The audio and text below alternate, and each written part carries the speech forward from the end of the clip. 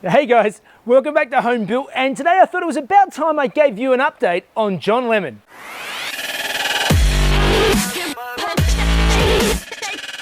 Hey guys, today we're going to do something slightly different. First of all, I'm speaking first, which is unusual, and also we have a really cool giveaway competition. We've been approached by a bunch of different companies to try and promote their products, but Yode watches really stood out because they make these really cool, funky wooden watches. So make sure you click the link in the description, and one of you guys will win one of these watches with free sizing and free shipping worldwide. And also, don't forget, there's a promo code, so you can get $25 off any of their watches if you just put Home Built by Jeff during checkout. The competition closes on the 26th of November, so get in quick. So good luck. One of you are going to win. So a lot of you were following along for quite a while on my warm start issues on John Lemon here. And basically what was happening is when I'd driven the car for 10 or 15 minutes at least, it wouldn't start again. It would just crank and crank and crank. And if I could get it to start, it was really rich. Basically, one of the last things I did is I gave the carby a good clean out. I think it was pretty clean and pretty new anyway. I think really what it was a lot of it was due to the timing being so far out. So what had happened is the timing had actually worked its way out, and it had really retarded the timing, and it was just running really weak and gutless. So fixing the timing, I think, was a big part of it. Another thing I did is I went through and I permanently mounted this fuel pressure regulator. Before it was just sort of flopping around the engine bay, which was not a great way to have things, and I've sort of made a mount over the top of the ignition coil to mount it, and so far it seems to be running okay. There were not many very good spots to actually be able to mount it in this engine bay. With the coil where it is, sort of up here on the back plate, I couldn't actually get the hoses into the right spot to be able to link up, because I'd have to do too tight of an S, or run a mile of hose over the other side and come backwards and forward. And yeah, it was messy. In any case, I put on my fuel pressure gauge onto the other side of this, and I've been running it just sort of in here for the last couple of weeks now, just to sort of make sure that the pressure wasn't pushing past the needle and seat, and it's actually been really good. The pressure's not pushing past, so obviously the needle and seat in here is doing its job. There's not too much pressure. It's still sitting on about 3 bar at the moment, and I've been stopped for 15 minutes now. Another issue that I think was causing a lot of it is something that is probably true of a lot of us, is most people these days haven't driven cars with carbies for a long time.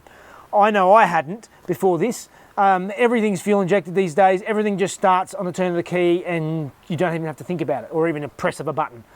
I think people forgot what these cars used to be like. Everybody had their trick for starting their own car. You had to pump the accelerator 3 times before you turn it over, or you have to give it sort of part throttle when it's warm, or something like that.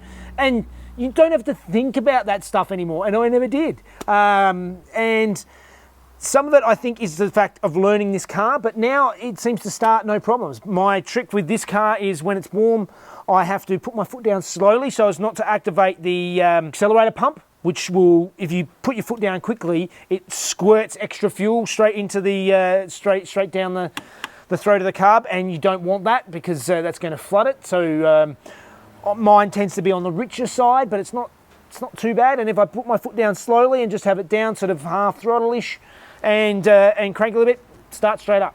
And it hasn't stranded me again for a long time, so that's been good. Until the other day. The most recent thing that has actually it almost stranded me the other day is I was driving the car and it just conked out. And I stopped and it started again, okay, but then I realised that if I wiggled the key in the wrong direction, it actually would die. And actually, in the end, to get home, I had to be holding the key in a certain angle to get it to actually stay on. Otherwise, the engine would just keep cutting out. And a lot of it, I think, was actually due to the fact that I had a heavier key tag on there with the sort of some buzzers and stuff, and it was weighing down on the key lock and just causing issues. I've since taken the weight off of the key ring, so now it's just the basic keys, and I've driven around a little bit today, and it seems to be working fine. So if it does become an issue, I'm going to have to pull the key barrel apart and try and fix it, but if I don't have to, I won't, because I'm lazy. So at this stage, it's all working very nicely, but I still need to get in there now and take that fuel pressure gauge off, because that doesn't need to live in the engine bay, and the little thin hose is okay for a little while, but yeah, I don't trust it. So let's get into that.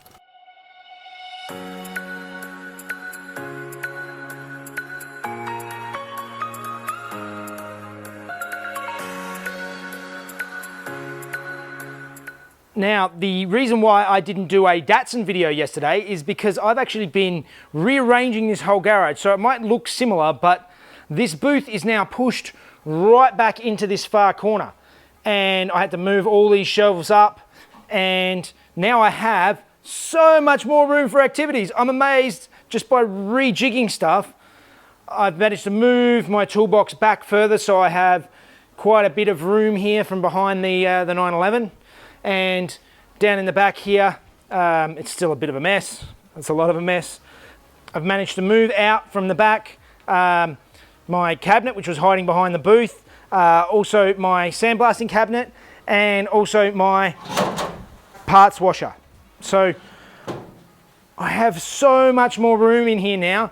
I still have to do something about my my filtration system and stuff. Everything's sort of rammed in here, and you can see down there, there's my compressors are down underneath the bench at the back, and there's sort of storage. It's a bit grotty, but there's more space.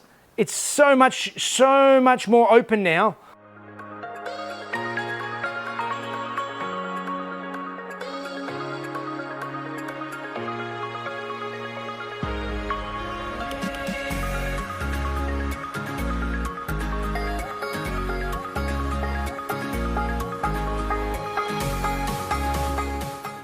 I had to see it. I had to get them all in at once and just get them all together. Geez, that looks good. As I noted the other day, the 911 on the hoist is much lower than the Beetle, so it actually goes much higher up, and there's much more room underneath. And the Beetle's great because it's so narrow, particularly at the top. It fits straight between the 911 wheels. It goes in easy. So, oh, it's looking good.